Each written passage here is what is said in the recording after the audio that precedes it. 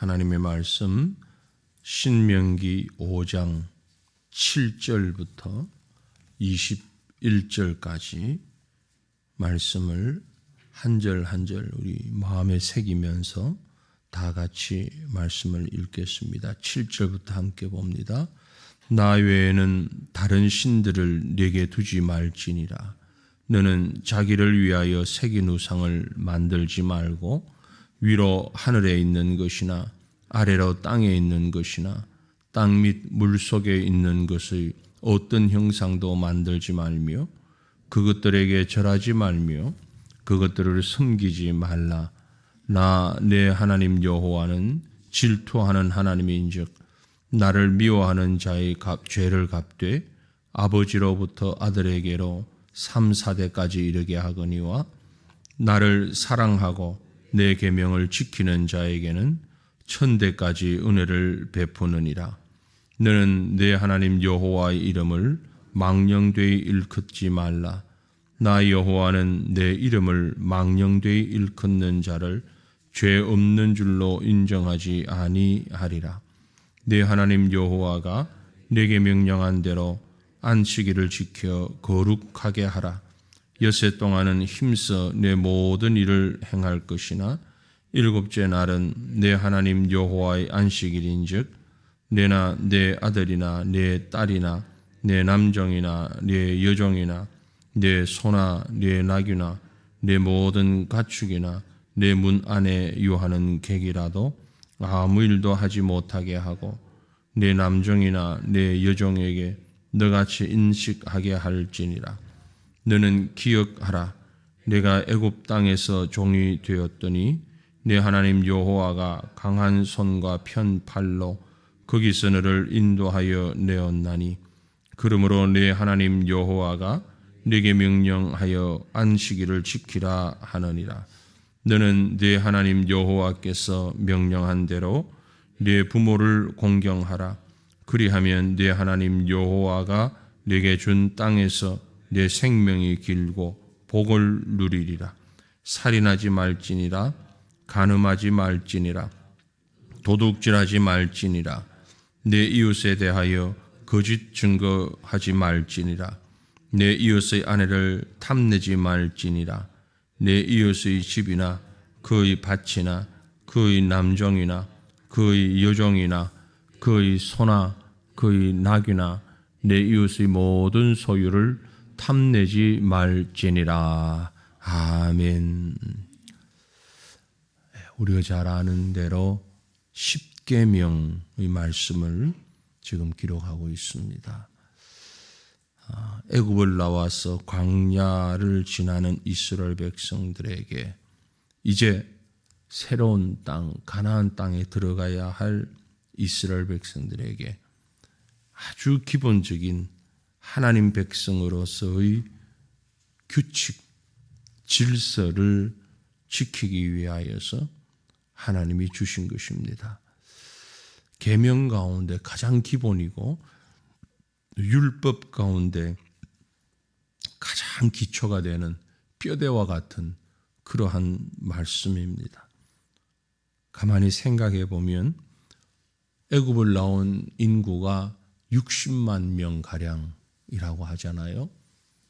거기에 여인들이 포함이 되고 또 아이들이 포함이 되고 그러면 모든 학자들이 이구동성으로 곱하기 4 정도 하면 맞다 그럽니다. 그러면 240만 명 곱하기 3을 해도 여인과 각 집에 애 1명 그렇게만 봐도 180만 정도. 적은 인원이 아닙니다. 여러분 100만이 넘는 인원, 한 200만에 가까운 인원. 요즘 같이 인터넷이 있어가지고서 이걸 서로 알리고 통제를 해도 쉽지 않습니다. 쉽지 않아요. 우리 교인들 전체에게 카톡을 보내려고 해도 쉽지 않습니다. 문자 다 휴대폰 가지고 있고 해도 쉽지 않아요. 전원이 다 보기가 어렵습니다. 예를 들어서 300명에게 문자를 일시에 발송했는데 300명이 동시에 그 문자를 보고 동시에 어떤 행동을 한다. 거의 불가능합니다. 이런 사람은 이래서 늦게 보고 저런 사람은 저래서 보질 못하고 보았는데 잊어버렸고. 그런데 여러분 생각해 보세요. 200만 명 전혀 스피커나 앰프나 인터넷이나 아무것도 없는 상황에서 그 사람들을 통솔한다는 것, 인솔해서 광야를 지나간다는 것, 이게 그리 간단한 문제는 결코 아닙니다. 더군다나 나라라고는 만들어 본 적이 없는, 국가 조직과 체계라고 하는 해본 적이 없는 그 사람들에게 한 나라를 만든다는 것, 이게 거의 불가능한 일처럼 보입니다. 그러한 백성들에게 가장 기본적으로 지켜야 할 질서, 율법, 그것을 지금 10계명으로 주고 있는 것입니다. 잘 아는 대로 하나님에 대한 계명, 그리고 사람에 대한 계명, 이렇게 나누어서 우리가 이해할 수 있는데, 아무튼 이것을 주는 것은 하나님께서 그 백성을 질서 가운데, 은혜 가운데 인도하기 위한 것입니다. 그래서 우리는 이 계명을, 이 율법을 어떻게 정의할 수 있는가 하니, 구원받은 자에게 주시는 하나님의 축복이다. 그렇게 정리할 수 있을 것입니다. 왜 그러냐면은 무질서한 그 백성을 질서 가운데 생활할 수 있도록, 어디를 가고 안 가고의 문제가 아니라 어떻게 살아야 하느냐, 이 땅에서 어떻게 살아갈 것인가에 대한 삶의 문제에 있어서 그 무질서 속에서 최소한의 질서를 가질 수 있도록 붙잡아주는 그런 말씀이다라고 생각할 수 있는 것입니다. 국가 조직을 위한 기초요, 믿음 생활을 위한 기본이요, 하나님의 백성으로서, 구원받은 백성으로서 질서 있는 삶을 살아가기 위한 최소한의 장치다, 이렇게 볼 수 있죠.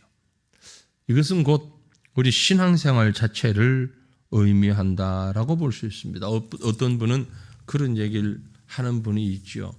예수 믿는다는 것, 신앙생활 한다는 것 참 부자유스러운 것이다. 억압받는 것이다. 예수를 믿고 나니 이것 하지 마라, 저거 하지 마라, 이것 해라, 저거 해라. 너무 요구하는 게 많아가지고, 야, 나는 그런 억압받기 싫다. 사실은 우리가 신앙생활 한다는 것은요, 그런 억압을 하는 것이 아닙니다. 믿는 자로서 최소한의 질서를, 도구를 하나님이 주신 것입니다. 신앙생활 하는 분들 가운데 그런 오해를 하는 분들이 있죠. 하나님의 계명을 잘 지켜야 구원받는다. 말씀 잘 지키고 신앙생활 잘하고 말씀이 요구하는 대로 그 계명들을 잘 지켜야 천국 간다. 아닙니다. 전혀 그렇지 않습니다. 오히려 그 반대입니다. 구원받은 사람이 지킬 수 있는 것이 계명입니다. 구원받았기 때문에 지키는 것입니다. 천국을 약속받았기 때문에 우리는 말씀 안에서 말씀 순종하며 말씀 안에서 참 자유로운 것이에요. 말씀 안에서 자유롭기 때문에 그게 질서인 것입니다. 우리가 어떻게 주일 성수하고 오늘 십계명에 있는 것처럼 부모 공경하고 하나님을 잘 섬기고 우상 숭배하지 않고 미워하지 않고 살인하지 않고 이렇게 살아야만 구원받는다가 아니라, 구원받은 자는 이렇게 살 수밖에 없는 것입니다. 이렇게 살아야 되는 것이고, 구원받은 자가 가장 자유롭고 편안하게 사는 것이 이렇게 사는 것입니다. 만약 여러분 우리 보고 살인하고 평생 사는 동안에 10명 이상 살인하고 간음하고 도둑질하고 이웃에 대하여 거짓 증거하고 하나님 말고 다른 신 섬기고 이렇게 해야만 구원받는다라고 만들어 주었다고 한번 생각해 보세요. 아무도 구원받을 수 없죠. 어떻게 합니까? 불가능하죠. 몇 명이나 구원받을 수 있겠어요? 불가능하죠. 그러나 구원받은 자이기 때문에 자연스럽게 이렇게 살 수 있는 것이죠. 여호와만을 공경하고 거룩하게 주님의 날을 지켜서 이렇게 살 수 있는 것이요. 그래서 이 계명은 우리를 억압하는 것이 아니라 우리를 참 자유롭게 하는 것이다. 그 자유 안에서 우리는 질서를 찾게 되고 그 자유함이 있으니 진정으로 행복할 수 있는 것입니다. 여러분, 하나님을 섬기고 하나님의 율법 안에서 사는 것은 참된 행복입니다. 이 행복을 모르는 자가, 이 행복을 누리지 못한 자가 그 안에서 어떻게 갑갑해서 사냐, 어떻게 답답한 가운데 그렇게 억압되어서 사냐라고 오해하는 것이죠. 오히려 우상은 사람을 옥죄한다 그러죠. 온갖 제약과 두려움과 고통을 주는 것이 우상입니다. 여러분, 점쟁이한테 가면 뭐 가보신 분 없겠지만 우리가 간접적으로 들어서 알잖아요. 점쟁이한테 가면 어느 때는 어딜 가지 마라, 어느 쪽으로는 가지 마라, 어느 날에는 뭘 하지 마라, 하지 말라는 거예요.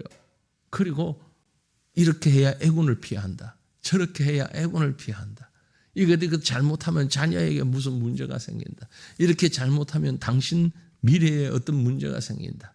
그러니까 악을 쫓아내야 된다. 그러니까 이 일을 해야 된다. 그러면서 비즈니스를 하는 거죠. 결국 그 우상이 하는 것은 인간들에게 공포심을 주는 겁니다. 두려움을 주는 거예요. 그리고 그 공포와 두려움에서부터 그 우상이 마치 선심 쓰듯, 사실은 선심 쓰는 것도 아닌데 마치 사탄 마귀가 예수님 보고 천하 만물을 보여주면서 나한테 한번 절하면 이거 다 주겠다. 마귀 것도 아니잖아요. 마귀가 줄 수 있는 능력도 권한도 없잖아요. 우상이 하는 짓이 다 그렇습니다. 마치 자기가 세상을 다스리는 것처럼 전혀 그렇지 않은데 말이죠. 사람을 옥죄고 사람을 두려움과 공포 가운데 몰아넣고 그렇게 해서 사람으로 하여금 정확한 판단을 하지 못하도록, 정확한 진리를 깨닫지 못하도록 행하는 그것이 우상의 역할입니다. 그 안에서 인생은 행복할 수가 없습니다. 어떻게 행복합니까? 늘 두려움 가운데 있죠. 그러나 하나님은 우리에게 행복을 주십니다. 안전한 생을 살 수 있게 하십니다. 하나님이 만들어주시는 그 틀 안에서 살 때 안전하고 행복할 수 있다는 거죠. 여러분, 바로 앞에 차선들이 있는데 차선이 하나도 없다고 한번 생각해 보세요. 도로를 다니면서 과천에서 양재동 가는 쪽으로, 인덕원 가는 쪽으로 그 양쪽 길에 차선이 아무것도 없다. 아마 엄청나게 무질서할 겁니다. 그렇죠? 얼마 전에 공사하느라고, 지금도 공사하는 곳이 있지만 공사하느라고 차선 그었다가 지웠다가 새로 그었다가 제대로 지우질 않아가지고 흔적이 남아있고 이러니까 얼마나 혼란스러운 줄 몰라요. 새로 좀 진하게 그어놓으니까 이게 내가 가야 하는 길이로구나. 편안하게 갈 수 있습니다.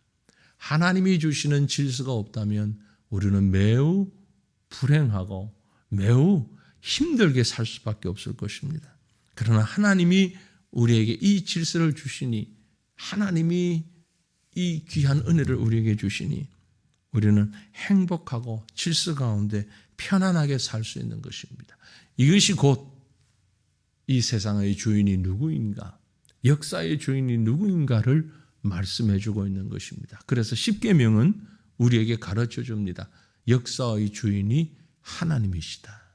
만물의 주인이 하나님이시다. 하나님의 말씀대로 순종하고 하나님의 말씀대로 행할 때에 이 역사를 통해서 하나님이 우리에게 베풀어 주시는 은혜와 사랑을 누릴 수 있는 것이고, 이 율법을, 이 말씀을 벗어났을 때에는 그 역사 가운데서 우리는 힘들고 어렵게 살 수밖에 없다는 것을 말씀해 주고 있는 것입니다. 그러므로 새로운 역사의 주인이신 하나님께서 새로운 계명을 주신 것이 아니라 이미 이 백성들에게, 이 하나님의 백성들에게 주셨던 말씀을 잘 정리하고 하나님이 우리에게 베풀어 주시는 사랑을 잘 정리해서 보여준 사랑의 결정체다.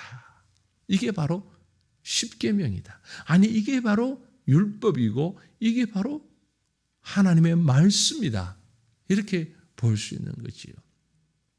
우리를 향하신 하나님의 사랑을 똘똘 뭉쳐서 결정체로 보여주신 겁니다. 가정에서 어린 자녀들에게 그런 교훈을 합니다. 너가 엄마가 아빠가 너 잘 되라고 그러지. 너를 위해서 얘기하지. 우리도 수없이 들었고 수없이 하는 말 아닙니까? 그런데 아이들은 그 말이 그렇게 와닿질 않죠. 사실 그렇습니다. 어떤 말보다는 행동이 더 중요하긴 한데 근데 그 말이 틀리진 않아요. 사실이에요. 사랑하니까 자녀니까 애타는 마음으로 얘기를 하는 것이요. 방법이 조금 서툴고 어떤 모양이 좀 세련되지 못했을 수는 있겠지요. 그래서 받아들이는 쪽에서 그렇게 진심을 받아들이지 못하는 경우가 있겠으나 그 내용은 사실입니다. 사랑을 똘똘 뭉쳐서 하는 말이에요. 부모이기 때문에 하는 얘기예요. 역사의 주인이신 하나님께서 그 사랑을 똘똘 뭉쳐서 우리에게 주시는 말씀이 내 하나님만 섬겨라. 우상 숭배하지 말라. 어떤 형상도 만들지 마라. 십계명을 우리에게 주신 것이고 그 율법을 우리에게 주신 것입니다. 그러므로 우리는 이 계명을 이 율법의 말씀을 잘 순종할 때에 이 역사 안에서 참된 행복과 참된 평안함과 참된 질서로 하나님과 더불어 살아가는 그런 삶을 살게 되는 것입니다. 오늘 하루도 또 우리에게 주어진 모든 시간들이 이렇게 말씀의 질서 안에서 참 기쁨과 소망 가운데서 살아가는 저와 여러분이 될 수 있기를 우리 주님의 이름으로 축원합니다. 기도합니다.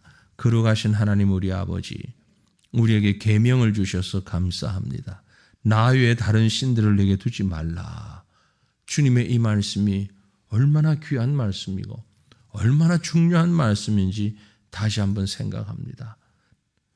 우상을 섬기고 세상을 벗하고 세상과 짝하면서 여기저기 기웃거릴 때에 그것이 나의 자유가 아니고 그것이 나의 행복이 아니고 오히려 우리를 불행 가운데로 몰아넣는 무질서한 삶 가운데로 몰아넣는 죄악임을 우리가 다시 한번 생각합니다. 하나님이 주신 질서와 하나님이 주신 안전한 그 율법의 말씀 안에서 구원받은 자로서 참된 기쁨을 누리고 참된 행복을 누리고 구원받은 하나님의 자녀로서 정말 행복한 삶을 살아갈 수 있는 길이 여기에 있음을 깨닫게 하시고 아버지 하나님 이 길이 우리의 참 길임을 기억하며 주님이 원하시는 말씀의 길을 율법의 길을 계명의 길을 기쁨으로 걸어갈 수 있는 저희가 될 수 있도록 은혜를 더하여 주옵소서. 사랑하는 성도들 오늘도 각자의 삶 가운데서 방종하는 어리석은 자가 되지 않게 하여 주시고 하나님 주신 참된 자유를 말씀 안에서 누리며 그 자유 안에서 기쁨과 행복 가득한 삶을 살 수 있도록 은혜 베풀어 주시옵소서. 우리를 사랑하시고 우리에게 은혜 베푸시를 기뻐하시는 우리 아버지 하나님을 바라보고 그 하나님의 마음을 깨닫는 귀한 시간들이 귀한 우리의 삶이 될 수 있도록 하나님 은혜도 하여 주시옵소서. 오늘도 우리와 함께 하시는 하나님을 찬양합니다. 감사합니다. 영광 올려드리기를 간절히 소망하오며 살아계신 우리 구주 예수님 이름으로 기도 올리옵나이다. 아멘.